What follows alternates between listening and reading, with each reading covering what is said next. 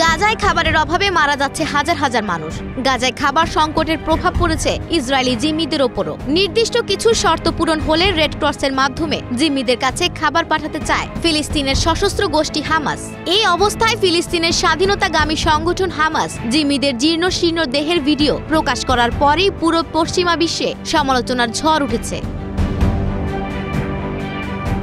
সোমবার 4 আগস্ট বার্তা সংস্থা রয়টার্সের এক প্রতিবেদনে বলা হয়, হামাস প্রকাশিত এক ভিডিওতে হাড্ডিসার সর্বস্ব এক জিম্মিকে দেখার পর পশ্চিমা দেশগুলোর ব্যাপক ক্ষোভ প্রকাশের মধ্যে ফিলিস্তিনি গোষ্ঠী এই প্রস্তাব দিল।